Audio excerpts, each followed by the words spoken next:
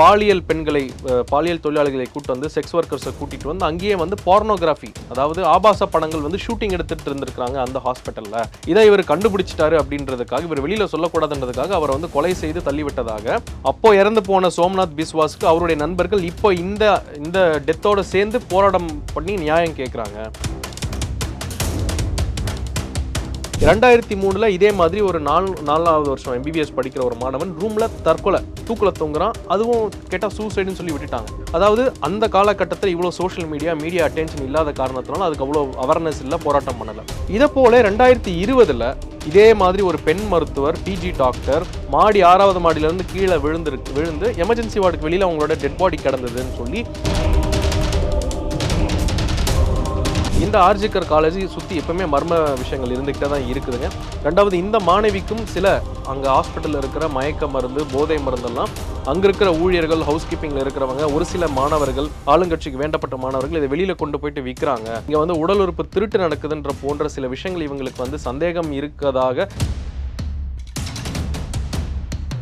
நீ உண்மையிலேயே நீ நல்லவனா இருந்தால் நீ என்ன சொல்லியிருக்கணும்? அப்படியா, இவன் இந்த உனக்கு கீழே வேலை பார்க்குற ஒரு ஸ்டாஃப் தானே, NCC ட்ரைனர் தானே, அவங்க மேலே இந்த பள்ளி நிர்வாகமே நடவடிக்கை எடுத்து பள்ளி நிர்வாகமே இல்லை போய் போலீஸ் ஸ்டேஷனில் போய் கம்ப்ளைண்ட் கொடுத்துருக்கணும். நீ வெளியில் சொல்லாதானே, அப்போ அதில் உனக்கும் பங்கு இருக்கா? நீயும் அதில் இன்வால்வ் ஆகிருக்கியா? நீயும் சேர்ந்து வேறு ஏதாவது ஒரு மாணவி கிட்ட இந்த மாதிரி பண்ணியிருக்கேன்ற சந்தேகம் தான் வரும்.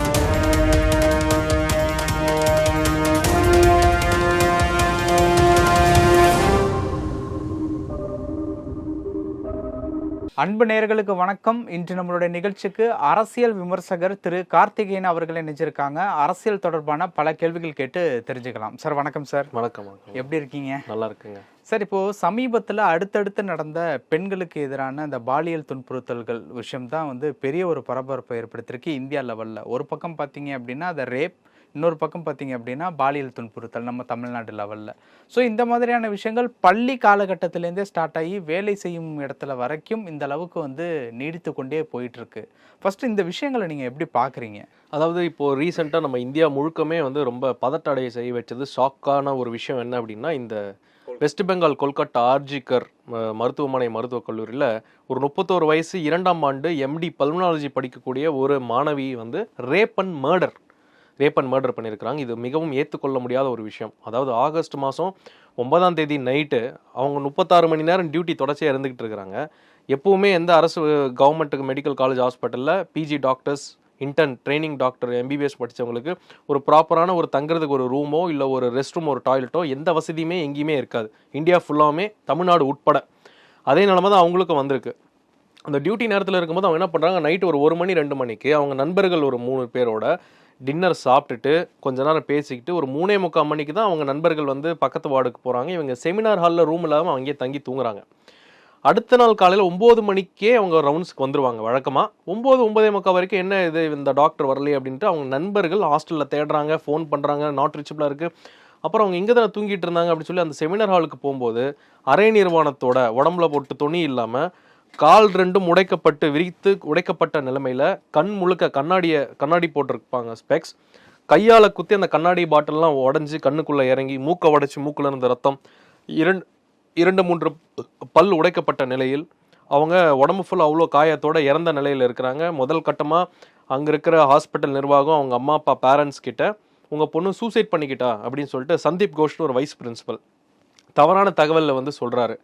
பிறகு அவங்க பெற்றோர்கள் வந்தும் ஒரு 4 மணி நேரம் 5 மணி நேரம் அவங்க பொண்ணுடைய உடம்பை கூட இவங்க வந்து காமிக்காமல் மார்ச்சரியில் வச்சுருந்து போஸ்ட்மார்ட்டம் பண்ணி அதன் பிறகு தான் அவங்க பேரண்ட்ஸ் கிட்ட ஹேண்ட் ஓவர் பண்ணியிருக்கிறாங்க.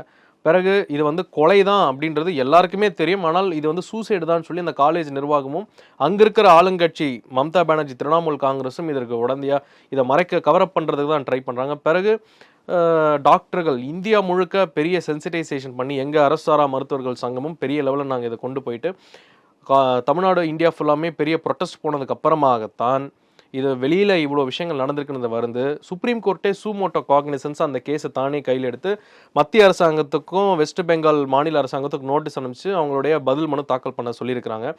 அதில் அங்கே இருக்கிற இதுக்கு முன்னாடி நடந்த பல மர்மமான முடிச்சுகள் இப்போ நிறைய பேர் பேச ஆரம்பிச்சாங்க. அப்போ இதுக்கு முன்னாடி நடந்து ஆமாம், அதாவது என்ன சொல்கிறாங்கன்னா 2001 சோம்நாத் பிஸ்வாஸ் அப்படின்னு சொல்லிட்டு ஒரு 20 வயசு டாக்டர் வந்து மாடியிலிருந்து குதிச்சிட்டாரு, செத்து போயிட்டார், சூசைட் பண்ணிக்கிட்டாருன்னு சொன்னாங்க. ஆனால் அங்கே அப்போ ஆக்சுவலாக என்ன நடந்தது அப்படின்னா, அப்போது மருத்துவமனையில் பாலியல் பெண்களை பாலியல் தொழிலாளிகளை கூட்டு வந்து செக்ஸ் ஒர்க்கர்ஸை கூட்டிகிட்டு வந்து அங்கேயே வந்து பார்னோகிராஃபி, அதாவது ஆபாச படங்கள் வந்து ஷூட்டிங் எடுத்துகிட்டு இருந்திருக்கிறாங்க அந்த ஹாஸ்பிட்டலில். இதை இவர் கண்டுபிடிச்சிட்டாரு அப்படின்றதுக்காக, இவர் வெளியில் சொல்லக்கூடாதுன்றதுக்காக அவரை வந்து கொலை செய்து தள்ளிவிட்டதாக அப்போ இறந்து போன சோம்நாத் பிஸ்வாஸ்க்கு அவருடைய நண்பர்கள் இப்போ இந்த இந்த டெத்தோட சேர்ந்து போராட்டம் பண்ணி நியாயம் கேட்குறாங்க. 2003 இதே மாதிரி ஒரு 4வது வருஷம் எம்பிபிஎஸ் படிக்கிற ஒரு மாணவன் ரூமில் தூக்குல தொங்குறான். அதுவும் கேட்டால் சூசைடுன்னு சொல்லி விட்டுட்டாங்க. அதாவது அந்த காலகட்டத்தில் இவ்வளோ சோஷியல் மீடியா அட்டென்ஷன் இல்லாத காரணத்தினால அதுக்கு அவ்வளோ அவேர்னஸ் இல்லை, போராட்டம் பண்ணலை. இதை போல 2020 இதே மாதிரி ஒரு பெண் மருத்துவர் பிஜி டாக்டர் மாடி 6வது மாடியிலேருந்து கீழே விழுந்து எமர்ஜென்சி வார்டுக்கு வெளியில் அவங்களோட டெட் பாடி கிடந்ததுன்னு சொல்லி ஒரு விஷயம் நடந்தது. அப்போ கொரோனா காலகட்டம் அப்படின்றதுனால இதை பற்றி பெருசாக நம்ம கண்டுக்கல. ஸோ இந்த ஆர்ஜிகர் காலேஜ் சுற்றி எப்பவுமே மர்ம விஷயங்கள் இருந்துக்கிட்டே தான் இருக்குதுங்க. ரெண்டாவது, இந்த மாணவிக்கும் சில அங்கே ஹாஸ்பிட்டலில் இருக்கிற மயக்க மருந்து, போதை மருந்தெல்லாம் அங்கே இருக்கிற ஊழியர்கள், ஹவுஸ் கீப்பிங்கில் இருக்கிறவங்க, ஒரு சில மாணவர்கள், ஆளுங்கட்சிக்கு வேண்டப்பட்ட மாணவர்கள் இதை வெளியில் கொண்டு போயிட்டு விற்கிறாங்க.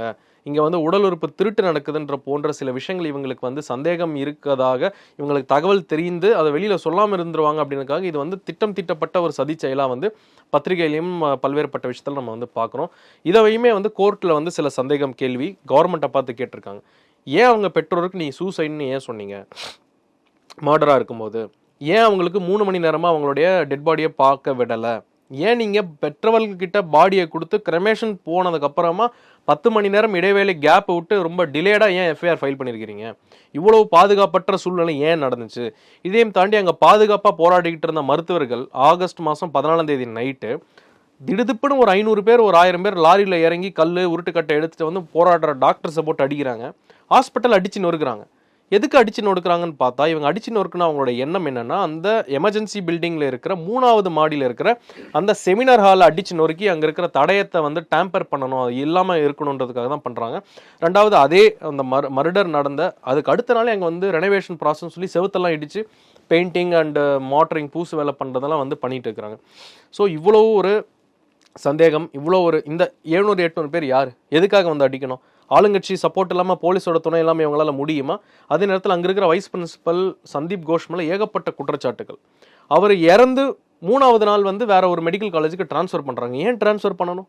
அவருக்கும் சம்மதம் இருக்கா? இல்லை அவர் யாரையாவது காப்பாற்ற நினைக்கிறாரா? இல்லை அதிகாரத்தில் இருக்கிறவங்களுடைய எம்பி, எம்எல்ஏ பசங்க அதில் விளையாடி இருக்கிறாங்களான்றதும் நம்ம சந்தேகங்கள் இருக்குது. நம்ம தமிழ்நாட்டில் நடந்த அந்த இந்த தமிழ்நாட்டில் இப்போ பார்த்தீங்கன்னா, இப்போது அது பள்ளிகள்லேருந்தே அந்த மாதிரியான விஷயங்கள், பெண்களுக்கு எதிரான பாலியல் வன்கொடுமைகள் வந்து எப்பவுமே தொடர்ச்சியாக நடந்துக்கிட்டே இருக்குது. போதுமான ஒரு அவேர்னஸ் இருந்தும் இவ்வளோ ஒரு வளர்ந்த ஒரு நவீன காலகட்டத்தில் நடக்குது வந்து ரொம்ப வேதனையாக இருக்குது. அதுவும் பள்ளி மாணவிகளுக்கு பண்ணுறது எல்லாமே வந்து மிருக செயல்.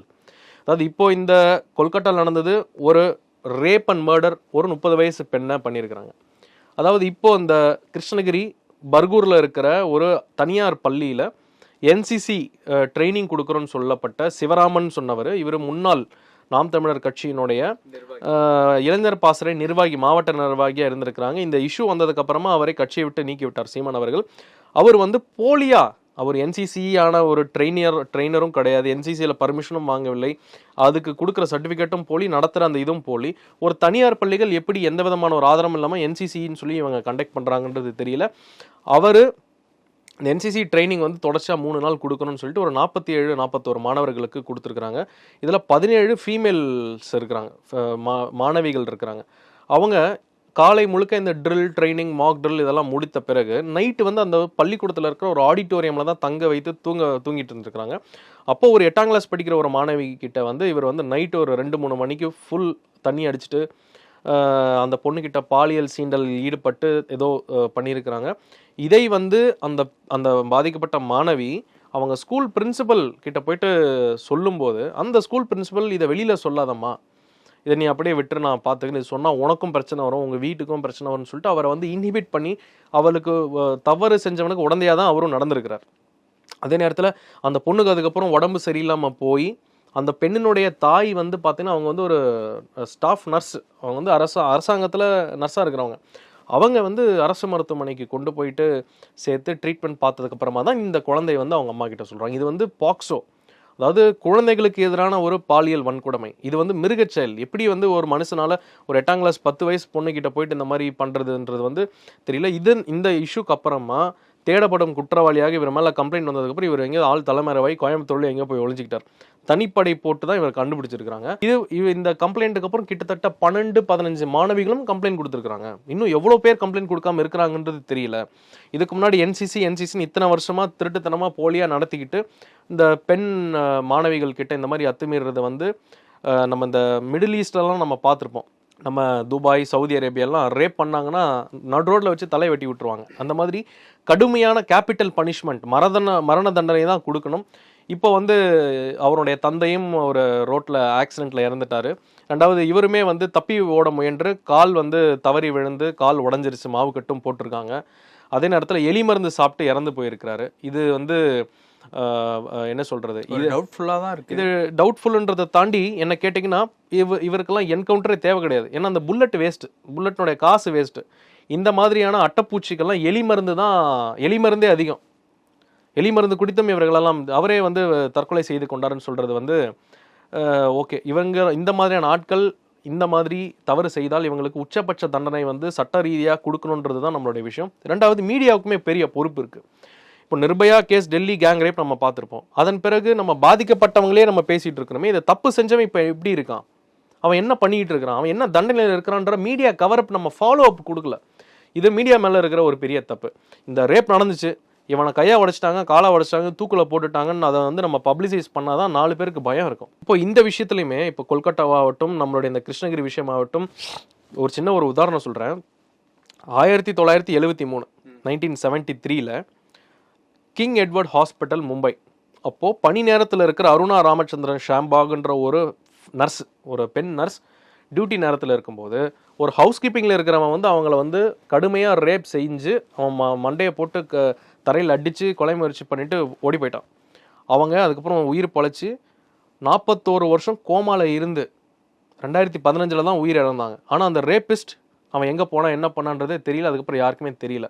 ஆனால் நம்ம இவங்க ரேப் பண்ணப்பட்டு இவங்க இந்த நேரத்தில் இறந்துட்டாங்களே அப்படின்றது வந்து நம்ம வருத்தத்தோடு பேசுவாங்க. பேரும் சொல்லக்கூடாது, இது பத்திரிகையில் வந்த விஷயம்தான்.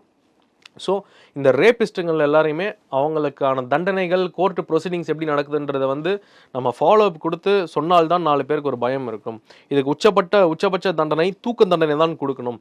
கருணை மனுவெல்லாம் இந்த ரேப்புக்கு பிரசிடென்ட் கிட்ட கருணை மனு கொடுக்கறது, ஹைகோர்ட் வந்து சுப்ரீம் கோர்ட்டுக்கு போய் அதுக்கு ஸ்டே வாங்குறதெல்லாம் நம்ம வந்து தவிர்க்கணுங்க. சார், இந்த ஒரு விஷயத்தில் பள்ளி காலகட்டத்திலேருந்தே இந்த மாதிரியான விஷயங்கள்லாம் நடக்குது. இப்போ இந்த பள்ளி தாளாளர் கூட அவர் என்ன சொல்லியிருக்காரு அப்படின்னா வந்து இதை வெளியில் சொல்லாத, வேற ஏதாவது. ஸோ எல்லாருமே அதாவது தவறு செய்யறது மட்டும் குற்றம் இல்லைங்க, தவறு செஞ்சவனை காப்பாற்றுறதும் அதுக்கு துணை போகிறதுமே ஒரு குற்றம் தான். நீ உண்மையிலேயே நீ நல்லவனா இருந்தால் நீ என்ன சொல்லியிருக்கணும், அப்படியா இவன் இந்த உனக்கு கீழே வேலை பார்க்குற ஒரு ஸ்டாஃப் தானே, என்சிசி ட்ரெயினர் தானே, அவங்க மேலே இந்த பள்ளி நிர்வாகமே நடவடிக்கை எடுத்து பள்ளி நிர்வாகமே இல்லை போய் போலீஸ் ஸ்டேஷனில் போய் கம்ப்ளைண்ட் கொடுத்துருக்கணும். நீ வெளியில் சொல்லாதானே, அப்போ அதில் உனக்கும் பங்கு இருக்கா, நீயும் அதில் இன்வால்வ் ஆகிருக்கியா, நீயும் சேர்ந்து வேற ஏதாவது ஒரு மாணவி கிட்ட இந்த மாதிரி பண்ணிருக்கேன்ற சந்தேகம் தான் வரும். பப்பாளி பழம் சாப்பிடு, பப்பாளி சாப்பிடு, அன்னாச்சி பழம் சாப்பிடுன்னு சொல்றதெல்லாம் எப்பேற்பட்ட ஒரு ஐயோக்கு. அவன் வீட்டில் இருக்கிற பொண்ணுக்கோ அவன் தங்கச்சிக்கோ அவன் அக்காவுக்கோ இல்லை அவங்க அம்மாவுக்கோ இந்த மாதிரி யாராவது சொன்னாங்கன்னா அவன் சும்மா இருப்பானா? சொல்லுங்க. ஸோ உனக்கு ஒரு ஒரு ஒரு ரூல்ஸோ மற்றவங்களுக்கு ஒரு ரூல்ஸோ, உன் வீட்டு பொண்ணுன்னா ஒன்று, மற்றவங்க வீட்டு பெண்ணுன்னா ஒன்றா, அது மாதிரி அவர்களையும் இன்னும் முழுசாக விசாரிக்கணும். இதற்கு பின்னாடி இருக்கிற தனியார் பள்ளி, அந்த பள்ளிக்கெல்லாம் சீல் வைக்கணுங்க. பள்ளிக்கு சீல் வைத்து அவனுக்கு மொத்த பேரையும் தூக்கி லைஃப் டைம் இம்ப்ரிசன்மெண்ட் கொடுக்கணும் அவங்களுக்கு. அப்போ தான் இந்த மாதிரியான மிருகங்களுக்கு வந்து புத்தி வரும். குழந்தைகள் கிட்ட இந்த பாலியல் வன்முறை எல்லாம் ஏற்றுக்கொள்ள முடியாது. இது சமூகத்துக்கே ஒரு பெரிய சீர்கேடு. ஃபைனலாக இந்த மாதிரியான விஷயங்கள்லேருந்து அவேர்னஸ் ஆயிக்க என்னென்ன விஷயங்கள்லாம், அதாவது பெண்களுடைய ஒரு helpline number, child and women helpline number 1098 நினைக்கிறேன், எனக்கு சரியா தெரியல. இந்த ஹெல்ப்லைன் நம்பருடைய அவேர்னஸ் எல்லாருக்குமே தெரியணும். பெண்கள் இந்த மாதிரி குட் டச் பேட் டச்னா என்னன்றதை நம்ம குழந்தைங்களுக்கு இருந்தே ஸ்கூல்ல இருந்தே நம்ம வந்து சொல்லி கொடுத்து வளர்க்கணும். குட் டச்னா என்ன, பேட் டச்னா என்னன்றது சொல்லணும். இரண்டாவது, ஒருத்தன் இந்த மாதிரி அத்துமீறான்னா நம்ம பார்த்துக்கிட்டு பயந்துக்கிட்டு இருக்கக்கூடாது. திரும்ப நீங்கள் தற்காப்பு கலைகளை நீங்கள் கற்றுக்குங்க. இப்போ கராத்தே, குங்ஃபுன்னு எவ்வளோ விஷயங்கள் இருக்குது. பெண்கள் எல்லாமே வந்து நல்ல ஆண்களுக்கு இணையாக இப்போ ஃபிசிக்கலாகவும் வந்து சண்டை போடுறாங்க. அந்த மாதிரி தற்காப்பு கலைகளையும் கற்றுக்கணும். ரெண்டாவது, ஒரு விஷயம் நடந்துருச்சுன்னா அதை உடனடியாக தைரியத்தோட உங்கள் பெற்றோர்கள் கிட்ட சொல்லுங்க, அப்பா அம்மா கிட்ட சொல்லுங்க. ஸ்கூல் பிரின்சிபல் கிட்ட சொன்ன அந்த குழந்தை அவங்க அப்பா அம்மா கிட்ட அன்றைக்கே சொல்லியிருக்கலாமே. கூட்டிகிட்டு போயிட்டு சட்டையை பிடிச்ச நாள் போட்டு கசங்க அவன் என்ன பண்ண முடியும்? இன்னொரு வாட்டி எந்த பெண் மேலேயும் கை வைக்கிறதுக்கு அவனுக்கு தைரியம் வராது. ஸோ பெண்கள் தைரியத்தோடு செயல்படணும், தற்காத்துக்குங்க. இல்லைனா தைரியமாக நீங்கள் சொல்லுங்கள்.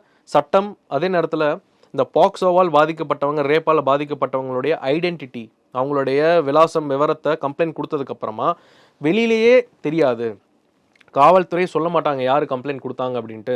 அவங்களுடைய டீட்டெயில்ஸ் எப்பவுமே கான்ஃபிடென்ஷியலாக தான் இருக்கும். நம்ம சட்டத்திட்டமும் அதுக்கு இருக்குது. ஒருவேளை தெரிய வந்துருச்சுன்னா அந்த இன்வெஸ்டிகேட்டிங் ஆஃபீஸரையே வந்து என்கொயரிக்கு கூப்பிடுவாங்க, விசாரணைக்கு அவரே சஸ்பெண்ட் செய்யப்படுவாங்க. அதனால் தைரியமாக கொடுங்க.